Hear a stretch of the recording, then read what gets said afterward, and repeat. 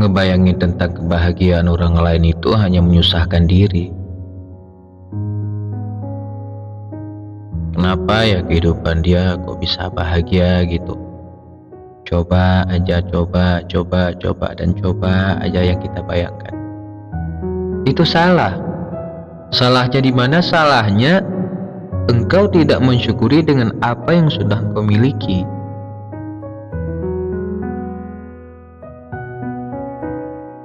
Karena apa? Karena hidup ini layaknya seperti roda yang berputar.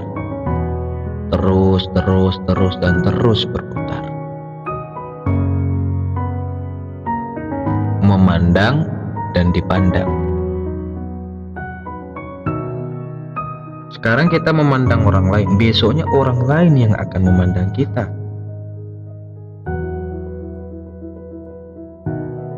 Kita melihat orang lain bahagia, kita beranggapan kalau kehidupan dia itu sangat sempurna tanpa merasakan kesusahan sedikit pun.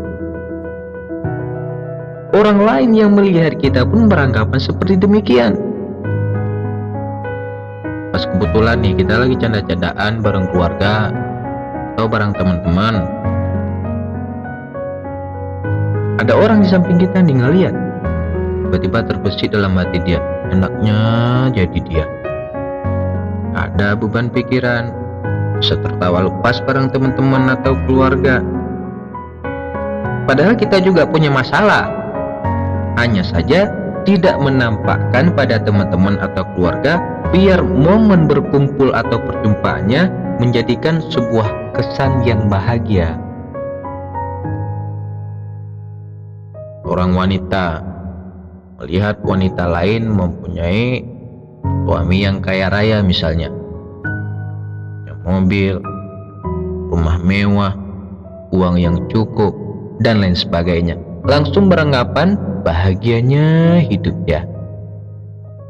Padahal pada kenyataan yang dia rasakan tidaklah seperti demikian.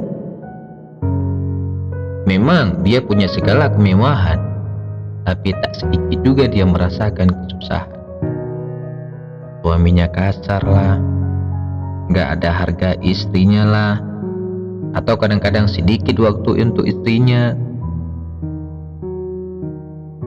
Setiap orang tentu memiliki kesusahan masing-masing dan juga memiliki kebahagiaan masing-masing.